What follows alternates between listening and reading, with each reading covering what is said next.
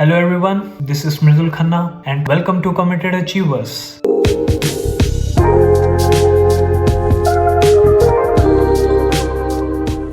So today I am here to discuss about the right way of guessing an answer in a multiple choice question. मैंने observe किया है कि काफ़ी students या फिर जब मैं सीए फाउंडेशन का एग्ज़ाम दे रहा था तो उस टाइम मेरे बहुत सारे फ्रेंड्स ने यही एक सेम गलती करी थी कि कोई एमसीक्यू या कोई मल्टीपल चॉइस क्वेश्चन अगर उन्हें एग्ज़ाम में नहीं आया या उसमें वो थोड़ा सा भी कंफ्यूज थे तो वो क्या करते थे, या तो उसको छुड़ाते थे या फिर रैंडमली कोई भी ऑप्शन चूज करके आ जाते थे, which is obviously not the right way. So that's why today we are here to discuss and try to guess the correct answer of those type of questions. तो सबसे पहले क्या करना है, आपके हाथ में क्वेश्चन पेपर आएगा, आप क्वेश्चन पेपर सॉल्व करना स्टार्ट करोगे. ठीक है, पहला क्वेश्चन इजी है, हो गया, बड़ी आसानी से हो गया, आगे चलो. दूसरा क्वेश्चन इजी है, बड़ा आसान है, हो गया, आगे चलो. तीसरा क्वेश्चन थोड़ा सा कंफ्यूजिंग है, बिल्कुल ही नहीं आ रहा, क्या करो, हार्डली 1 मिनट, सिर्फ 1 मिनट फालतू लगाओ उस क्वेश्चन पे, तब भी ना आए, आगे चलो, छोड़ दो उस क्वेश्चन को. ऐसे जितने भी क्वेश्चन आए जिनमें आपको कंफ्यूजन है या आपके बिल्कुल ही आपके ऊपर से जा रहे हैं, आपको बिल्कुल नहीं समझ आ रहा वो क्वेश्चन आपसे पूछ क्या रहा है, उन क्वेश्चंस को आप लास्ट 10 to 15 मिनट्स के लिए बचा के रखो, उनके लिए छोड़ दो, उस टाइम के लिए छोड़ दो. जो भी आसान क्वेश्चन है पहले उनको करो. तो जब आप सारे क्वेश्चंस कर लो, जो भी क्वेश्चंस आपको आते थे, जब वो सारे क्वेश्चंस आपके हो जाए और आपके पास सिर्फ 10 to 15 मिनट्स ही बचे हैं, तब आप उन सारे लेफ्ट ओवर क्वेश्चंस पे फोकस कर सकते हैं जो आपने पहले छोड़े थे.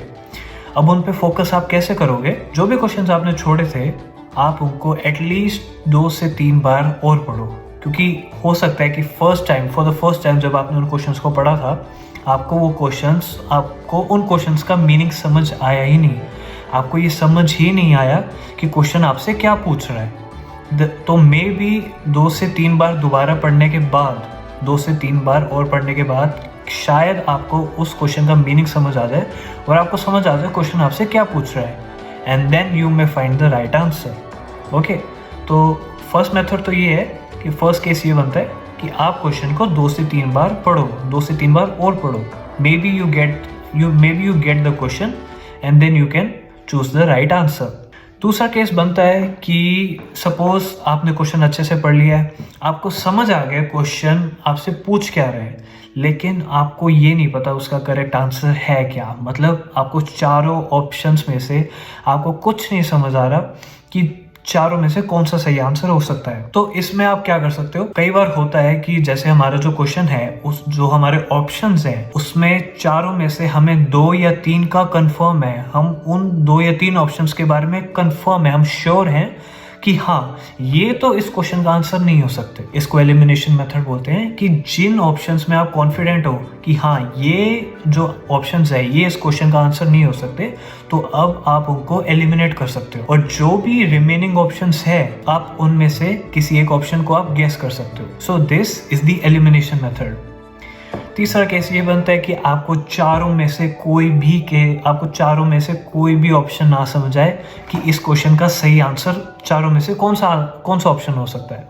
सो in that case you can just go by your instinct, और जो भी आपको बस सही लगे कि भाई हाँ ये ऑप्शन में भी सही हो, क्योंकि आपको चारों ऑप्शंस के बारे में नॉलेज नहीं है, आपको चारों में डाउट है कि चारों में से कौन सा आंसर हो सकता है. So you can just go by your instinct and select any one of the options.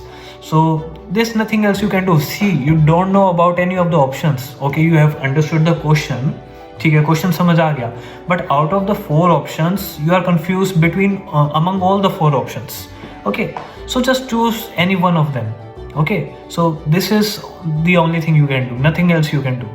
Okay, and also do note that if there is negative marking, अगर negative marking है then please leave the question if you are not confident about it. ठीक है, अगर आप confident नहीं हैं कि इस क्वेश्चन का मेरे को सही आंसर नहीं पता, ठीक है, तो अब आप उस क्वेश्चन को लीव कर सकते हैं, क्योंकि अगर आप ऐसे ही सारे ऑप्शंस पे आप सारी ऐसे आंसर करते गए सारे क्वेश्चंस को, जो भी ट्रिकी क्वेश्चंस है, अगर आप ऐसे सारे क्वेश्चंस को आंसर करते गए तो फिर आप काफ़ी सारे मार्क्स लूज़ कर सकते हैं. ठीक है, क्योंकि जो पेपर का पैटर्न होता है उसमें होता ही ऐसा कि 10 to 15% ऑफ द जो पेपर होता है वो ट्रिकी होता है, वो स्टूडेंट्स को कंफ्यूज करने के लिए ही वो क्वेश्चंस डाले जाते हैं।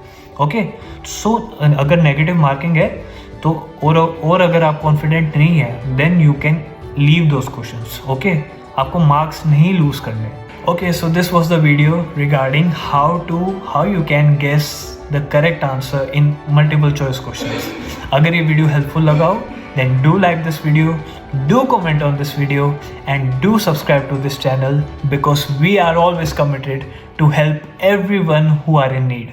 Thank you.